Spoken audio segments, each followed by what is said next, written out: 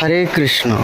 श्रीमद् भागवतम पंचम स्कंद 25वां और 26वां अध्याय। श्री शंकरषण देव का विवरण और स्तुति और नरकों की विभिन्न गतियों का वर्णन। 25वां अध्याय श्री शंकरषण देव का विवरण और स्तुति।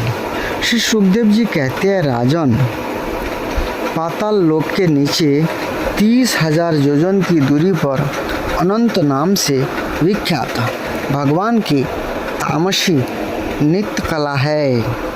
कितना? पाताल लोक से भी नीचे अर्थात ब्रह्मांड के नीचे 30,000 योजन की दूरी पर अनंत नाम से विख्यात भगवान की तामसी नित्य कला है अर्थात शेषनाग जी रहते हैं। यह अहंकार रूपा होने से दृष्टा और दृश्य को खींचकर एक कर देती है, इसलिए पांचरात्र आगमन के अनुयायी भक्तजन इसे शंकरषण कहते हैं। इन भगवान अनंत के 1000 मस्तक है। जो शंकरषण जो शेषनाग जी है उनके बारे में वर्णन है। जो पाताल लोक से भी 30 लाख योजन नीचे रहते हैं। उनमें से एक पर रखा हुआ यह सारा भूमंडल अर्थात उनके जो 1000 मस्तक है उनमें से भूमंडल अर्थात पृथ्वी लोक को जो एक मस्तक पर रखा है वो कैसा है? जैसे सरसों के दाने के समान दिखाई देता है। उनके मस्तक में जो पृथ्वी रखा हुआ है वो सरसों के दाने के समान लगता है, तो कितना बड़ा मस्तक होगा। प्रलय काल उपस्थित होने पर जब इन्हें इस विश्व का उपसंहार करने की इच्छा होती है तब इनकी क्रोधवश घूमती हुई मनोहर भ्रकुटियों के मध्य भाग से शंकरषण नामक रुद्र प्रकट होते हैं। उनकी यह संख्या 11 है अर्थात 11 रुद्र प्रकट होते हैं जब प्रलय का समय आता है। ये सभी 3 नेत्र वाले होते हैं और हाथों में 3 नोकों वाले शूल लिए रहते हैं। भगवान शंकरषण के चरण कमलों के गोल गोल स्वच्छ और अरुण वर्ण नख मणियों की पंक्ति के समान देदीप्यमान है। जब अन्न प्रधान अर्थात प्रधान भक्तों के सहित अनेकों नागराज अनन्य भक्ति भाव से उन्हें प्रणाम करते हैं तब उन्हें उन नखमणियों में अपने कुंडल कांति मंडित कमनीय कपोलों वाले मनोहर मुखारबिंद की मनमोहनी झांकी होती है और उनका मन आनंद से भर जाता है। अनेकों नागराजों की कन्याएं विविध कामनाओं से उनके अंग मंडल पर चांदी के खंभों के समान सुशोभित उनकी वलय विलसित लंबी लंबी श्वेत वर्ण सुंदर भुजाओं पर अर्गजा चंदन और कुमकुम पंख का लेप करती है। उस समय अंग स्पर्श से मथित हुए उनके हृदय में काम का संचार हो जाता है। तब वे उनके मद विहल सकरुण अरुण नयन कमलों से सुशोभित तथा प्रेम मत से मुदित मुखारबिंद की ओर मधुर मनोहर मुस्कान के साथ सौलज्ज भाव से निहारने लगती है। ये अनंत गुणों के सागर आदि देव भगवान अनंत अपने अमर्ष अर्थात असहनशीलता और रोष के वेग को रोके हुए यहाँ समस्त लोगों के कल्याण के लिए विराजमान है। देवता, असुर, नाग, सिद्ध, गंधर्व, विद्याधर और मुनिगण भगवान अनंत का ध्यान किया करते हैं। उनके नेत्र निरंतर प्रेम मद से मुदित, चंचल और विहल रहते हैं। ये सुललित वचनामृत से अपने पार्षद और देवयूथ के संतुष्ट करते रहते हैं। उनके अंग पर नीलांबर और कानों में केवल और कुंडल जगमगाता रहता है तथा उनका सुभग और सुंदर हाथ हल्की मुठ पर रखा रहता है। ये उदार लीलामय भगवान शंकरषण गले में वैजयंती माला धारण किए रहते हैं, जो साक्षात इंद्र के हाथी ऐरावत के गले में पड़ी हुई सुवर्ण की श्रृंखला के समान जान पड़ती है, जिसकी कांति कभी फीकी नहीं पड़ती। ऐसी नवीन तुलसी की गंध और मधुर मकरंद से उन्मत्त हुए भौरे निरंतर मधुर गुंजार करके उसकी शोभा बढ़ाते रहते हैं। परीक्षित, इस प्रकार भगवान अनंत महात्मा श्रवण और ध्यान करने से मुमुक्षुओं के हृदय में आविर्भूत होकर उनकी अनादिकालीन कर्म वासनाओं से ग्रंथित सत्वरज और तमोगुणात्मक आदि अभिधामयी हृदय ग्रंथि को तत्काल काट डालते हैं। उनके गुणों का एक बार ब्रह्मा जी के पुत्र भगवान नारद ने तंबुरू गंधर्वों के साथ ब्रह्मा जी की सभा में इस प्रकार गान किया था, जिनकी दृष्टि पड़ने से ही जगत की उत्पत्ति, स्थिति और प्रलय के हेतुभूत सत्य आदि प्राकृत गुण अपने अपने कार्यों में समर्थ होते हैं, जिनका स्वरूप ध्रुव अर्थात अनंत और आकृत अनादि है तथा जो अकेले होते हुए ही इस नानात्मक पंचचकों अपने में धारण किए हुए है। उन भगवान शंकरषण के तत्व को कोई कैसे जान सकता है, जिनमें यह कार्य कारण स्वरूप सारा प्रपंच भास रहा है तथा अपने निज जनों का चित्त आकर्षित करने के लिए ही हुए, जिनकी वीरतापूर्ण लीलाओं को परम पराक्रमी सिंह ने आदर्श मानकर अपनाया है। उन उदार वीर्य शंकरषण भगवान ने हम पर बड़ी कृपा करके यह विशुद्ध सत्यमय स्वरूप धारण किया है, जिनके सुनाए नाम का कोई पीड़ित अथवा पतित पुरुष अकस्मात अथवा हंसी में भी उच्चारण कर लेता है, तो यह पुरुष दूसरे मनुष्यों के भी सारे पापों को तत्काल नष्ट कर देता है। ऐसे शेष भगवान को छोड़कर मुमुक्षु पुरुष और किसका आश्रय ले सकता है। यह पर्वत, नदी और समुद्र आदि से संपूर्ण भूमंडल उन सहस्त्र शीर्षा भगवान के अर्थात शंकरषण भगवान के सिर पर जो ये पृथ्वी लोक स्थित है, एक मस्तक पर एक रज कर्ण के समान रखा हुआ है।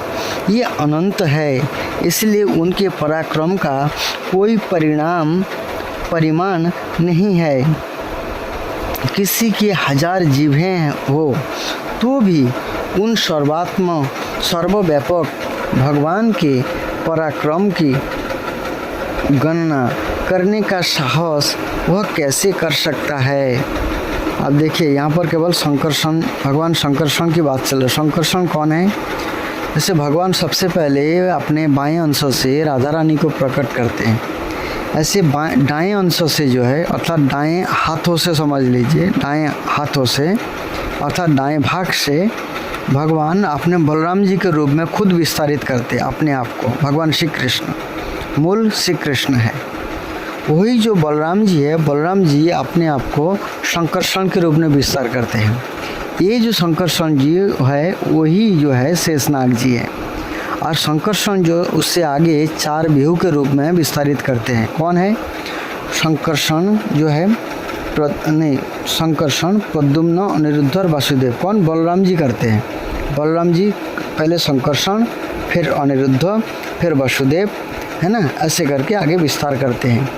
यही जो शंकरषण है उसके बाद ये महाविष्णु के रूप में अपने आप को विस्तारित करते हैं। फिर महाविष्णु ने गर्भोदकशाही विष्णु के रूप में विस्तारित करते हैं। फिर गर्भोदकशाही विष्णु जो है क्षीरोदकशाही विष्णु के रूप में विस्तारित करते हैं।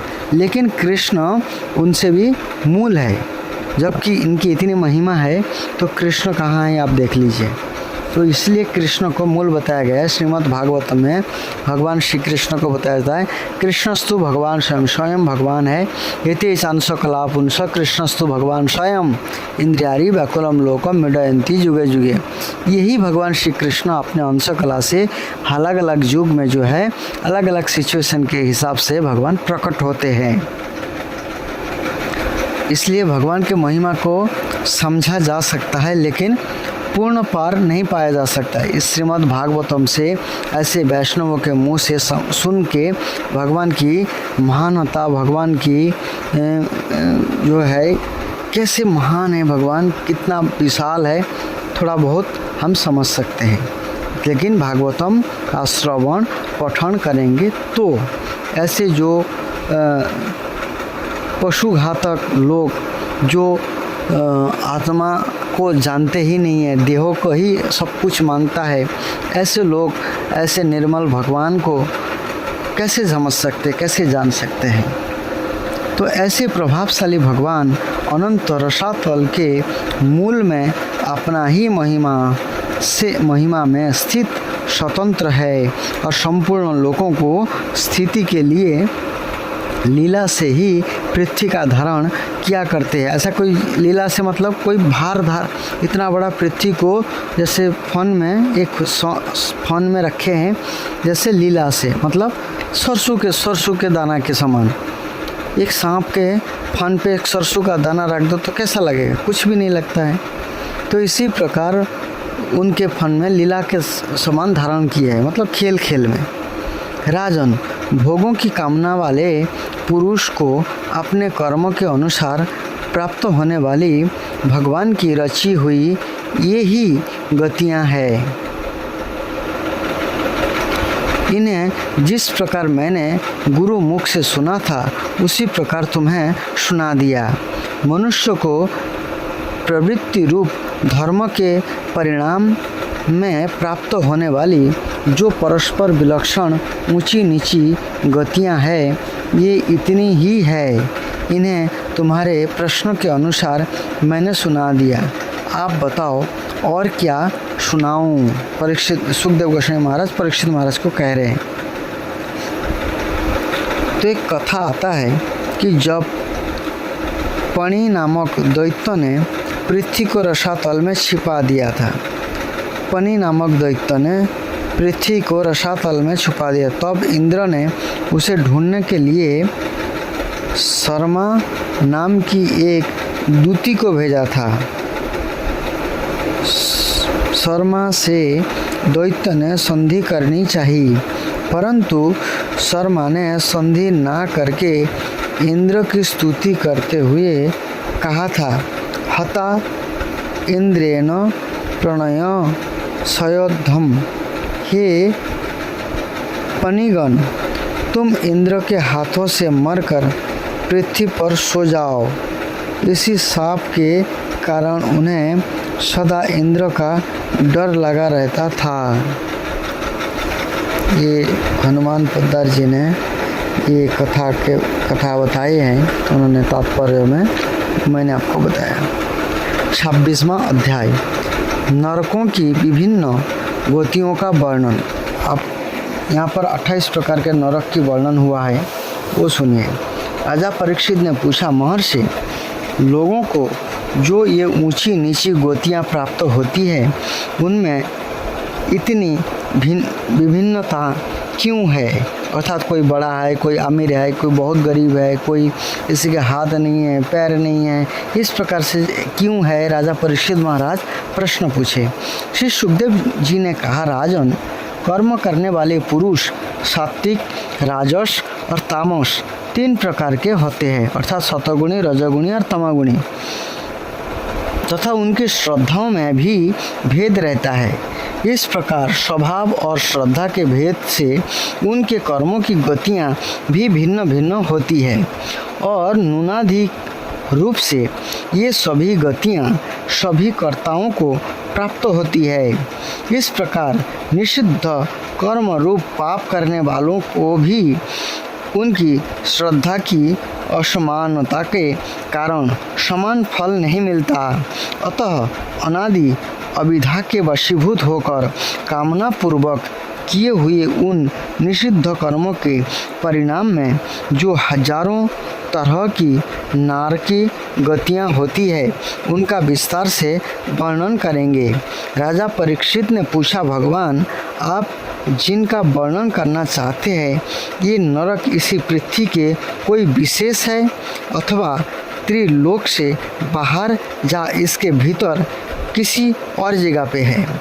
श्री सुखदेव जी ने कहा, राजन, ये त्रिलोकी के भीतर ही है तथा दक्षिण की ओर पृथ्वी से नीचे जल के ऊपर स्थित है।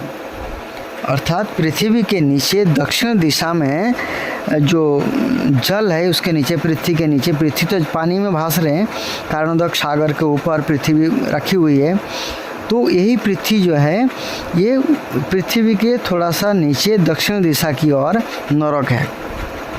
इसी दिशा में अग्निशाक्त आदि पितृगण रहते हैं। ये अत्यंत एकाग्रता पूर्वक अपने वंशधरों के लिए मंगल कामना किया करते हैं।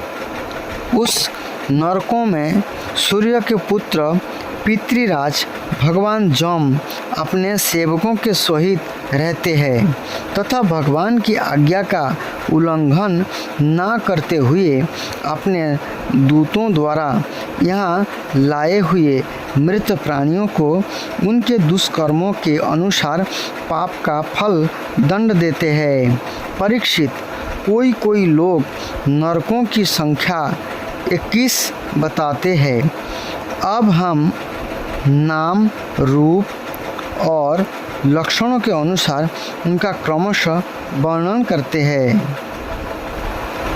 उनके नाम ये है: तामिश्र, अंधतामिश्र, रौरव, महारौरव, कुंभीपाक, कालसूत्र, अशी पत्रवण, शुकरमुख, अंधकूप, कृमिभोजन, संदस, तप्त सुरमी, वज्रकंटक, सालमली, वैतरणी, पुयोत, प्राणरोध, विषसन, लालाभक्ष,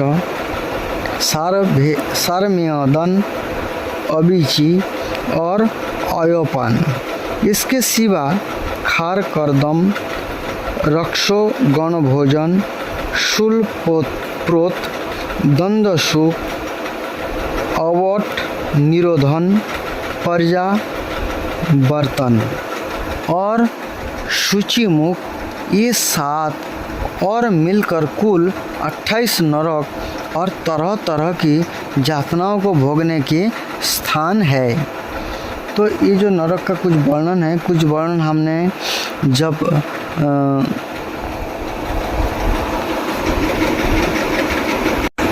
जब मार्कंड पुराण में हमने पहले आपको कथा बताया था, तो कुछ नरकों का वहाँ पर भी वर्णन हमने बताए थे आपको कि किस प्रकार से नरकों में यातना दिया जाता है। मार्कंड पुराण में हमने वर्णन किया था। अब भागवतम से भी वर्णन सुनिए। लोग कहते हैं, अरे स्वर्ग नरक यहीं है, खाओ पियो आयश करो, काल किसने देखा है। लोगों की बहुत सारे इस प्रकार के मूर्खतापूर्ण जो डायलॉग होते हैं, सोच होते हैं, ऐसे लोगों के लिए विशेष करके सुन ले कि किस प्रकार से नरक की यातना होती है, किस प्रकार से कर्मों को फल को भोगना पड़ता है, हर कर्मों का फल भोगना होता है। तो वो सूचित हो जाए, सचेत हो जाए और इस प्रकार से कर्मों से बचे। जो पुरुष दूसरों के धन, संतान अथवा स्त्रियों का हरण करता है उसे अत्यंत भयानक जमदूत कालपाश में बांधकर बलात् अर्थात बलपूर्वक तामिश्र नरक में गिरा देते हैं। उस अंधकारमय नरक में उसे अन्न जल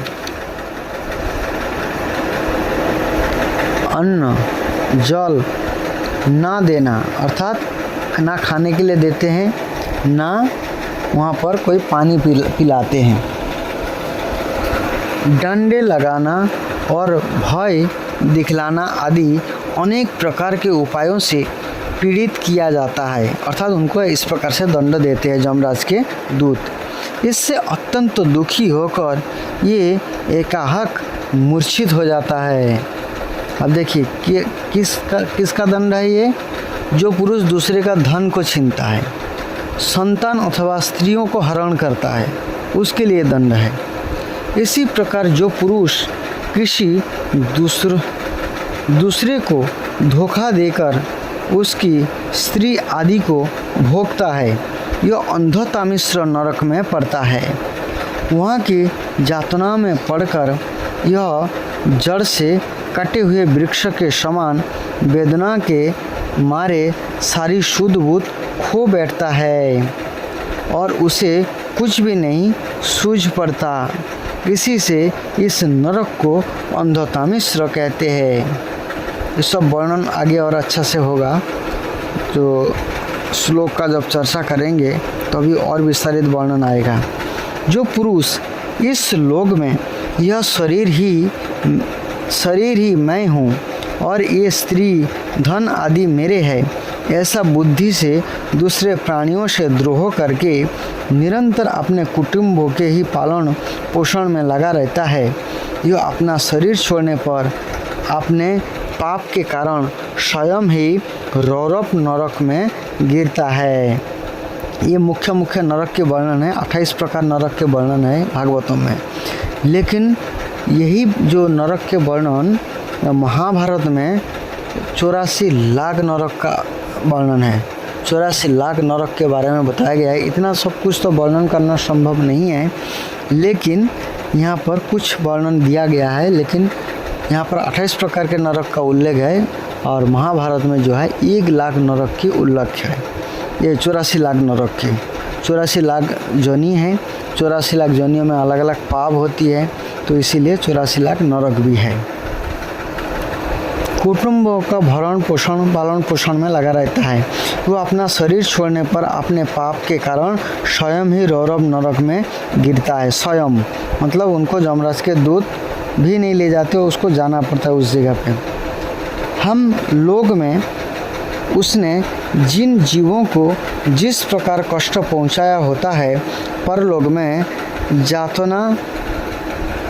जम जातना का समय आने पर ये जीव रुरु होकर उसे इसी प्रकार कष्ट पहुंचाते। रुरु एक प्रकार का जीव है जो बहुत भयानक और दुखदायी दुख प्रदान करने वाली जीव है, उसको रुरु कहते हैं। इसलिए रौरव नामक नरक में वो रुरु जीव रहता है। तो वही जो है उसमें काटता है, नोचता है, मांस मतलब छीड़ फाड़ करके खाते हैं, जिंदा इतना तकलीफ पहुंचाते हैं। अच्छा, रुरु होकर उसे इसी प्रकार कष्ट पहुंचाते हैं, इसीलिए इस नरक का नाम रौरव है। रुरु सर्पों से भी अधिक क्रूर स्वभाव वाले एक जीव का नाम है। मतलब सर्प तो ऐसे खतरनाक है ही है, उससे भी खतरनाक है। ऐसा ही महारौरव नामक नरक है।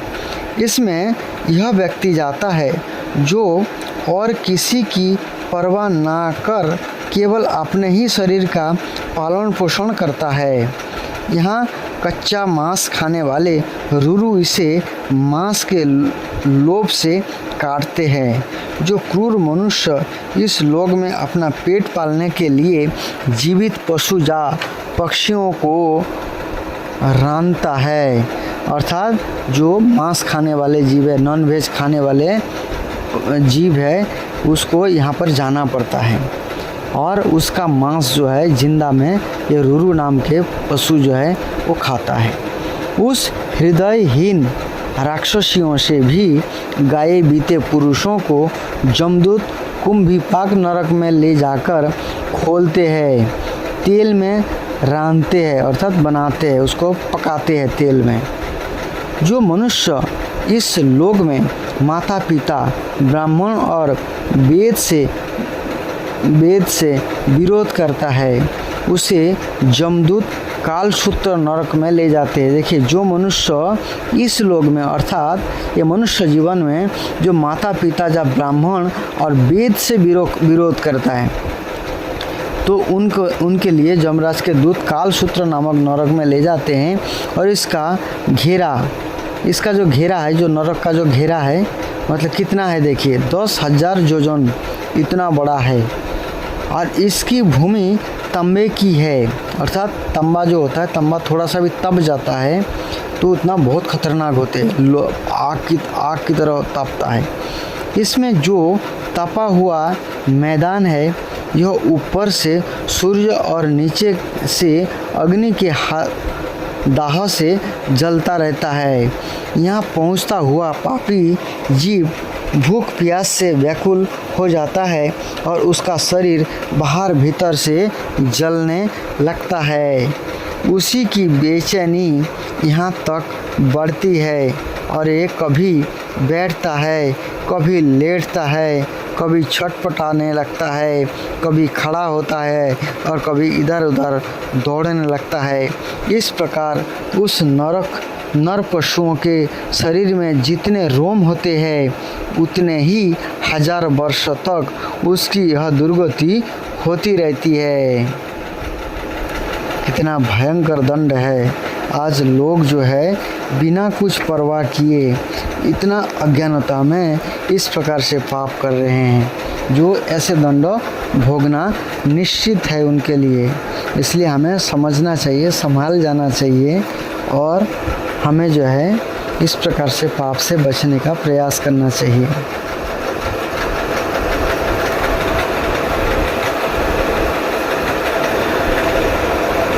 जो पुरुष किसी प्रकार की आपत्ति न आने पर भी अपने वैदिक मार्गों को छोड़कर अन्य पाखंडपूर्ण धर्मों का आश्रय लेता है उसे जमदूत 80 पत्र वन नरक में ले जाकर कोड़ों से पीटता है।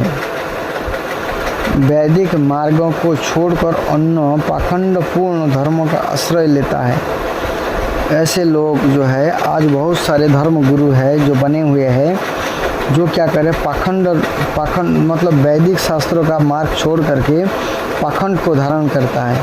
जो पाखंडी है, बहुत सारे पाखंडी लोग आजकल जो गुरु बने हुए हैं, ऐसे लोगों के लिए बताया गया है जो धर्म वैदिक शास्त्रों को नहीं जानते, नहीं मानते हैं या वैदिक शास्त्र के हिसाब से जीवन नहीं जीते, या धर्मों को पालन नहीं करते हैं, अपने अपने मनमानी करते हैं। ऐसे पाखंडियों के लिए यमराज के दूत जो है 80 पत्र वन नरक में ले जाते हैं और कोड़ों से पीटते हैं। जब मार से बेचैन के लिए इधर उधर दौड़ने लगता है तब उसके सारे अंग ताल बन के तलवार के समान पैने पत्तों से जिनमें दोनों ओर धारें होती है, अर्थात जैसे आरी का कांटा होता है, आरी होते जो पेड़ काटने वाले आरी होते हैं उसके दोनों तरफ जो होता है आरी होता है, उसमें ऐसे पत्ता जो है कांटा लगा होता है। ऐसे कांटे जो पत्ता होता है जो बहुत तीक्ष्ण होते हैं, तलवार की तरह होते हैं और साथ में कांटा वाला होता है। उनके जो कोड़े से मारने के बाद वो दौड़ता रहता है, इधर उधर भागता है मार के डर से या मार से पीड़ित होकर के इतना मतलब परेशान हो जाता है।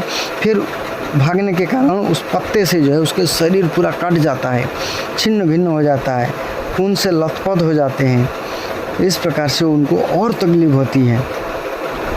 तब उसके सारे अंग ताल बन के तलवार के समान पैने पत्तों से जिनमें दोनों ओर धारें होती है टुक टुक होने लगते हैं, अर्थात काट करके पूरा परेशान बेहाल हो जाते हैं।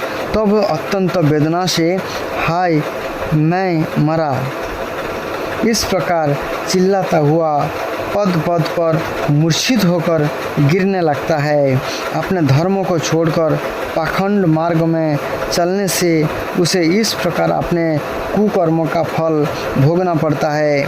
यहाँ तो ऐसे देखिए धर्मगुरु लोग जो आज बने हुए हैं, जो पाखंड फैला रहे हैं, ये कर देंगे वो कर देंगे, धर्मों को नहीं मानते हैं, थोड़ा सा पैसा की लोभ में इस प्रकार से आश्रय लेते हैं, आज लोगों को ठग रहे हैं। तो ऐसे लोगों को बहुत वेदना मिलने वाली है, बहुत खतरनाक। ऊपर से तो कहते हैं मैं भागवत कथा कर रहा हूँ, लेकिन इस प्रकार से पाखंड का आश्रय लेने वाले को बहुत खतरनाक। आज 10 लाख 20 लाख लेकर के कथा करने वाले जो पाखंडी लोग हैं, ना तो भजन करते हैं ना भगवान की आश्रय लेते हैं, तो ऐसे जो है जो पाखंड कर रहे हैं उनको बहुत दुख भोगने का समय आने वाला है। तो इसलिए केवल धर्म की रक्षा के लिए या अपनी रक्षा के लिए धर्मों को सही पालन करना चाहिए, और धर्म के हिसाब से जो शास्त्रों में वर्णित है केवल शास्त्रों को हिसाब से जीवन को जीना चाहिए। ऐसे पाखंड का आश्रय नहीं लेना चाहिए। इस लोक में जो पुरुष राजा या राजकर्मचारी होकर किसी निरपराध मनुष्य को दंड देता है अथवा ब्राह्मणों को शरीर दंड देता है, वह महापापी मरकर शुकरमुख नरक में गिरता है। जो आजकल राजनीति करने वाले लोग हैं उसका क्या हाल होने वाला है उसके लिए है, वो कहाँ जाएंगे, किस प्रकार से पाप करते हैं, केवल अपना धन कमाते हैं, गरीबों को शासन करते हैं। कोई देखिए आज कितने सारे किसी को मरवा देते हैं, किसी को कुछ करते हैं अपने राजनीति के लिए, तो उनके लिए भी इतना भयंकर दंड है जिसका कोई हिसाब नहीं है। तो इसमें पढ़ के आप समझ सकते हैं, भगवान के जो विधि विधान है उसको समझ सकते जान सकते हैं। इस लोक में जो पुरुष राजा या राजकर्मचारी होकर किसी निरपराध मनुष्य को दंड देता है अथवा ब्राह्मण को शरीर दंड देता है, वो महापापी मरकर शुकरमुख नरक में गिरता है। यहाँ जब महाबली जमदूत उसके अंग को कुचलते हैं तब वह कलू में पैरे जाते हैं, अर्थात कलू जो होता है जहाँ पे वो बीज को पीस करके तेल निकाले जाते हैं, उसी में उसको पीसा जाता है। जैसे गन्नों के समान पीड़ित होकर, अर्थात गन्ने से रस निकाला जाता है, गन्ने का रस कैसे हाल होता है, ऐसे उसको निचोड़ा जाता है। जिस प्रकार इस लोक में उसके सारा द्वारा सताए हुए निरपराध प्राणी रोते चिल्लाते थे, उसी प्रकार कभी आर्त स्वर में चिल्लाता और कभी मूर्छित हो जाता है। जैसे कई बम ब्लास्ट करवाते, कुछ इस प्रकार से गलत करते हैं, तो उनको बहुत बुरी स्थिति में आना पड़ेगा, उसको बहुत बुरा हाल होने वाला है ऐसे लोगों का। जो पुरुष इस लोक में खटमल आदि जीवों की हिंसा करता है, जो पुरुष इस लोक में खटमल आदि जीवों की हिंसा करता है, वह उनसे द्रोह करने के कारण अंधकूप नरक में गिरता है, क्योंकि स्वयं भगवान ने ही रक्तपान आदि उनकी वृत्ति बना दी है और उन्हें इसके कारण दूसरों को कष्ट पहुंचाने का ज्ञान भी नहीं है। किंतु मनुष्य की वृत्ति भगवान ने विधि निषेध पूर्वक बनाई है और उसे दूसरों के कष्टों का ज्ञान भी है। यहाँ ये पशु, मृग, पक्षी, सांप आदि रेंगने वाले जंतु, मच्छर, जू, खटमल और मक्खी आदि जीव जिनसे उसने द्रोह किया था, उसे सब ओर से काटते हैं। इससे उसकी निद्रा और शांति भंग हो जाती है और स्थान न मिलने पर भी यह बेचैनों के कारण उस घोर अंधकार में इस प्रकार भटकता रहता है जैसे रोगग्रस्त शरीर में जीव छटपटाया करता है। जो मनुष्य इस लोक में बिना पंचमहायज्ञ किए तथा जो कुछ मिले उसे बिना किसी दूसरे को दिए स्वयं ही खा लेता है, उसे कौओं के समान कहा गया है। यह परलोक में कृमि भोजन नामक निकृष्ट नरक में गिरता है। यहाँ 1,00,000 योजन लंबा चौड़ा एक कीड़ों का कुंड है, उसमें उसे भी कीड़ा बनकर रहना पड़ता है और जब तक अपने पापों का प्रायश्चित ना करने वाले उस पापियों के बिना दिए और बिना हवन किए खाने के दोषों का अच्छी तरह संशोधन नहीं हो जाता, तब तक वह उसी में पड़ा पड़ा कष्ट भोगता रहता है। अर्थात जो बिना भगवान को भोग लगाए खाता है, जो किसी को दिए बिना खाता है, तो उसके लिए इस प्रकार का जो है दंड है। यहाँ कीड़े उसे नोचते हैं और वह कीड़ों को खाता है। राजन, इस लोक में जो व्यक्ति चोरी या बरजोरी से ब्राह्मणों के अथवा आपत्ति का समय होने पर भी किसी दूसरे पुरुषों के सुवर्ण और रत्न आदि का हरण करता है, उसे मरने पर जमदूत संदंश नामक नरक में ले जाकर तपाए हुए लोहे के गोलों से दागते हैं और सड़ासी से उसकी खल नोचते हैं।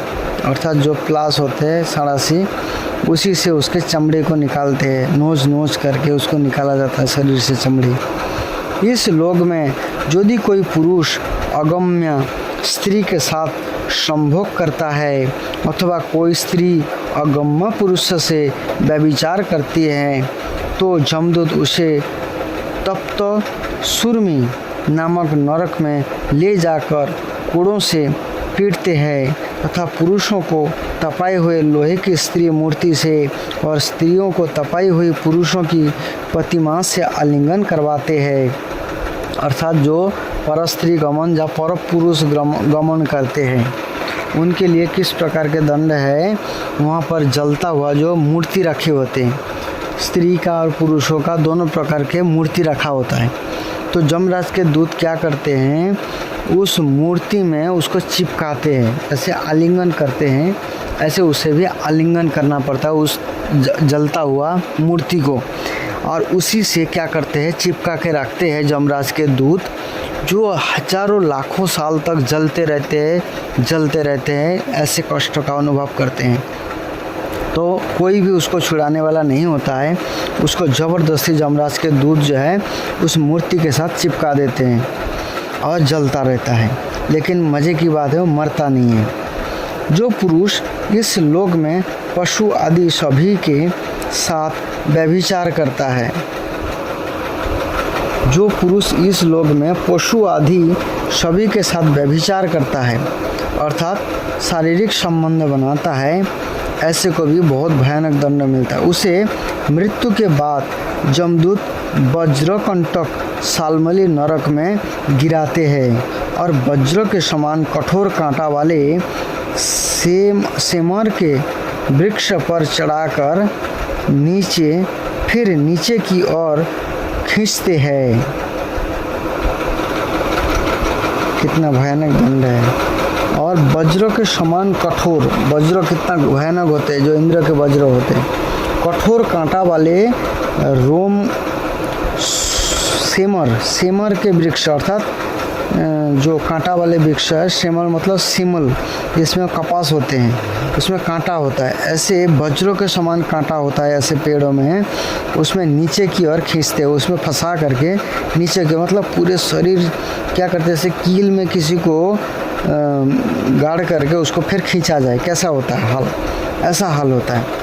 जो राजा या राजपुरुष इस लोक में श्रेष्ठ कुल में जन्म पाकर भी धर्म की मर्यादा का उच्छेद करते हैं ये उस मर्यादातीत कर्म के कारण मरने पर बैतरणी नदी में पटके जाते हैं। यह नदी नरकों की खाई के समान है।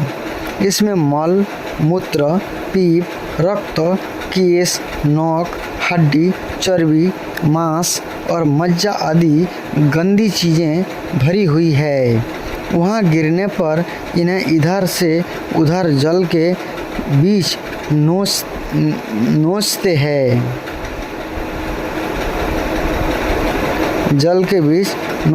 किंतु इसमें से उनका शरीर नहीं छूटता। पाप के कारण प्राण उसे वहन किए रहते हैं और ये इस दुर्गति को अपनी करनी का फल समझकर मन ही मन संतप्त होते रहते हैं।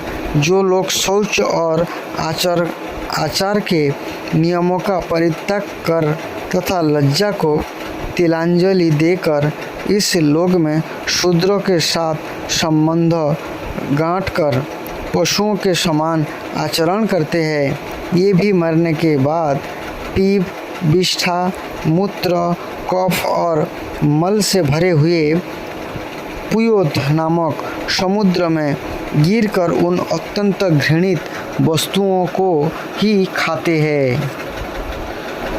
इस लोक में जो ब्राह्मण आदि उच्च वर्ण के लोग कुत्ते या गाधे पालते हैं और जो कुत्ते पालने वाले लोग हैं या गाधे पालते हैं उनके लिए बता रहे इस लोक में जो ब्राह्मण आदि उच्च वर्ण के लोग कुत्ते या गाधे पालते और शिकार आदि में लगे रहते हैं तथा शास्त्रों के विपरीत पशुओं का वध करते हैं, मरने के पश्चात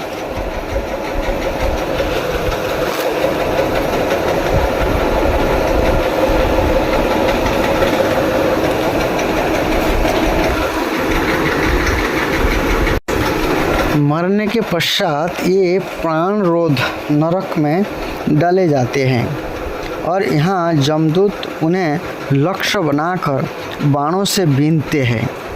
जो पाखंडी लोग पाखंडपूर्ण यज्ञ में पशुओं का वध करते हैं, जो पशु बलि देते हैं, जो वध करते हैं पाखंडपूर्ण, उन्हें परलोक में वैशाख अर्थात विषाशन नरक में डालकर वहाँ के अधिकारी बहुत पीड़ा देकर काटते हैं।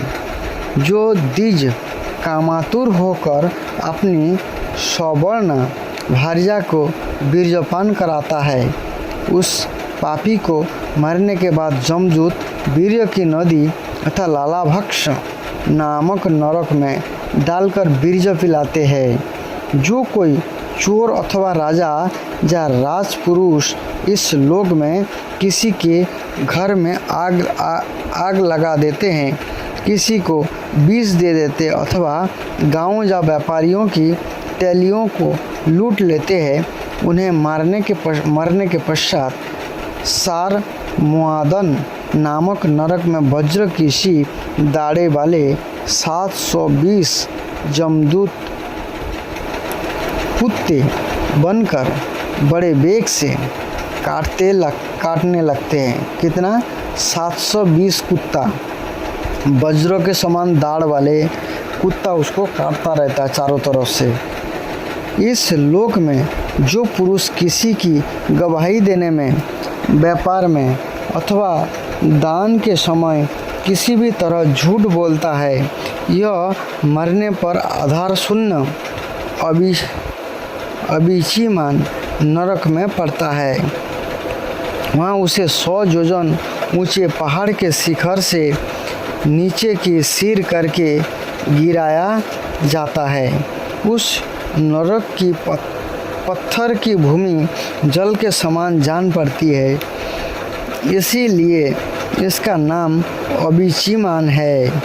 यहाँ गिराए जाने से उसके शरीर के टुकड़े टुकड़े हो जाने पर भी प्राण नहीं निकलता, इसलिए इसे बार बार ऊपर ले जाकर पटका जाता है। जो ब्राह्मण या ब्राह्मणी अथवा व्रत में स्थित और कोई भी प्रमादवश मद्यपान करता है तथा जो क्षत्रिय या वैश्य सोमपान करता है उन्हें जमदूत अयोपान नाम के नरक में ले जाते हैं और उनकी छाती पर पैर रखकर उनके मुंह में आग से गलाया हुआ लोहा डालता है। अर्थात लोहा को पानी बना करके डालते हैं। जो दारू पीने वाले, बीड़ी गुटखा सिगरेट पीने वाले, है ना, इस प्रकार के जो नशीली द्रव्य लेते हैं उनके लिए दंड है। जो पुरुष इस लोक में निम्न श्रेणी का होकर भी अपने को बड़ा मानने के कारण जन्म तप विधा आचार वर्ण या आश्रम में अपने से बड़ों का विशेष सत्कार नहीं करता, वह जीता हुआ भी मरने के ही समान है, जीता हुआ मुर्दा है। उसे मरने पर क्षार कर्दम नाम के नरक में नीचे को सिर करके गिराया जाता है और वहाँ उसे अत्यंत पीड़ाएं भोगनी पड़ती है। जो पुरुष इस लोक में नरमेधा आदि के द्वारा भैरव यक्ष राक्षस आदि का जजन करते हैं और जो स्त्रियां पशुओं के समान पुरुषों को खा जाती है, उन्हें ये पशुओं की तरह मारे हुए पुरुष जम लोक में राक्षस होकर इस तरह की यातनाएं देते हैं और राक्षस गण भोजन नामक नरक में कसाईयों के समान कुल्हाड़ियों से काट काट कर उसका लोहू पीते हैं तथा जिस प्रकार ये मांस भोजी पुरुष इस लोक में उनका मांस भक्षण करके आनंदित होते हैं, इसी प्रकार ये भी उनका रक्तपान करते और आनंदित होकर नाचते गाते हैं। इस लोक में जो लोग वन या गाँव के निरपराध जीवों को, जो सभी अपने प्राणों को रखना चाहते हैं, तरह तरह के उपायों से फुसलाकर अपने पास बुला लेते हैं, अर्थात जो वैद्य होते हैं जो पशुओं को पकड़ लेते हैं, खाते हैं, मारते हैं, उसके लिए है, और फिर उन्हें कांटे से बेंध कर या रस्सी से बांधकर खिलवाड़ करते हुए तरह तरह की पीड़ाएं देते हैं। उन्हें भी मरने के पश्चात जम यातनाओं के समय शूलप्रोत नामक नरक में शूलों से बेधा जाता है। इस समय जब उन्हें भूख प्यास सताती है और कंक बटेर आदि तीखी चोंचों वाले नरक के भयानक पक्षी नोचते रहते हैं, तब अपने किए हुए सारे पाप याद आ जाते हैं। राजन, इस लोक में जो सर्पों के समान उग्र स्वभाव पुरुष दूसरे जीवों को पीड़ा पहुंचाते हैं, ये मरने पर द्वंद्व सुख नाम के नरक में गिरते हैं। वहाँ 5-5, 7-7 मुँह वाले सर्प उनके समीप आकर उन्हें चूहों की तरह निगल जाते हैं। जो व्यक्ति यहाँ दूसरे प्राणियों को अंधेरी खेतियों, कोठों और गुफाओं में डाल देते हैं, उन्हें परलोक में जमदूत ऐसे ही स्थानों में डालकर विषैली आग के धुएं में घोंटते हैं। इसीलिए इस नरक को अवटनी रोधन कहते हैं। जो गृहस्थ अपने घर आए अतिथि अभ्यागतों की और बार बार क्रोध में भरकर ऐसी कुटिल दृष्टि से देखता है मानो उन्हें भस्म कर देगा, वह जब नरक में जाता है तब उस पाप दृष्टि के नेत्र को गिद्ध, कंक, काक और बटेर आदि वज्र की सी कठोर चोंच वाले पक्षी बलात् निकाल लेते हैं। इस नरक को पर्यावर्तन कहते हैं। इस लोक में जो व्यक्ति अपने को बड़ा धनवान समझकर अभिमानवश सबको टेढ़ी नज़र से देखता है और सभी पर संदेह रखता है, धन के व्यय और नाश की चिंता से उसके हृदय और मुंह सूखे रहते हैं। अतः तनिक भी चैन न मानकर जो यक्ष के समान धन की रक्षा में लगा रहता है तथा पैसा करने बढ़ाने और बचाने में जो तरह तरह के पाप करता रहता है, यह नराधम मरने पर सूचीमुख नरक में गिरता है। अर्थात इसको समझना कितना आसान है। जो अपने आप को बहुत बड़ा धनी मानता है इस संसार में, जो बहुत अपने आप को सोचता है मैं बहुत बड़ा आदमी बन गया हूँ, या जो धन बचाता है, धन के पीछे रक्षा करता है, लगा रहता है, हाँ, दूसरे को नीचा दिखाने की प्रयास करते हैं, या उस अर्थ पिशाच पापात्मा के सारे जगत अंगों को जमराज के दूत दर्जियों के समान सुई धागों से सिलते हैं। सुई धागों से उनके शरीर को सिलते रहे, जैसे सुई धागा से सिला जाता है कपड़ा, ऐसे उसको सिला जाता है। राजन, जम लोक में इसी प्रकार के सैकड़ों हजारों नरक है। देखिए यहाँ पर सुखदेव गोस्वामी बताते हैं, यहाँ पर हजारों लाखों नरक है, जिनका यहाँ उल्लेख हुआ और जिनके विषय में कुछ नहीं कहा गया, उन सभी में सब अधर्म परायण जीव अपने कर्म के अनुसार बारी बारी से जाते हैं। इसी प्रकार धर्मात्मा पुरुष स्वर्ग आदि में जाते हैं। इस प्रकार नरक और स्वर्ग के भोग से जब इनके अधिकांश पाप और पुण्य क्षीण हो जाते हैं, तब बाकी बचे हुए पुण्य पाप रूप कर्मों को लेकर ये फिर इसी लोक में जन्म लेने के लिए लौट आते हैं। इन धर्म और अधर्म दोनों से विलक्षण जो निवृत्ति मार्ग है, इसका तो पहले द्वितीय स्कंद में ही वर्णन हो चुका है। पुराणों में इसका 14 भुवनों के रूप में वर्णन किया गया है। यह ब्रह्मांड केस इतना ही है। यह साक्षात परम पुरुष श्री नारायण का अपनी माया के गुणों से युक्त अत्यंत स्थूल स्वरूप है। इसका वर्णन मैंने तुम्हें सुना दिया। परमात्मा भगवान का उपनिषद में वर्णित निर्गुण स्वरूप यद्यपि मन बुद्धि की पहुँच के बाहर है, तो भी जो पुरुष इस स्थूल स्वरूप का वर्णन आदरपूर्वक पढ़ता सुनता या सुनाता है, इसकी बुद्धि श्रद्धा और भक्ति के कारण शुद्ध हो जाती है और वह इस सूक्ष्म रूप का भी अनुभव कर सकता है। ज्योति को चाहिए कि भगवान के स्थूल और सूक्ष्म दोनों प्रकार के स्वरूप का श्रवण करके पहले स्थूल रूप में चित्त को स्थिर करे, फिर धीरे धीरे यहाँ से हटाकर उसे सूक्ष्म में लगा दे। परीक्षित, मैंने तुमसे पृथ्वी, उनके अंतर्गत द्वीप, वर्ष, नदी, पर्वत, आकाश, समुद्र, पाताल, दिशा, नरक, ज्योतिर्गण और लोकों की स्थिति का वर्णन किया। वही भगवान का अति अद्भुत स्थूल रूप है, जो समस्त जीव समुदाय का आश्रय है। इस प्रकार से पंचम स्कंद पूरा होता है। हरि ओम तत्सत। हरे कृष्ण कृष्ण कृष्ण हरे हरे, हरे राम राम राम हरे हरे।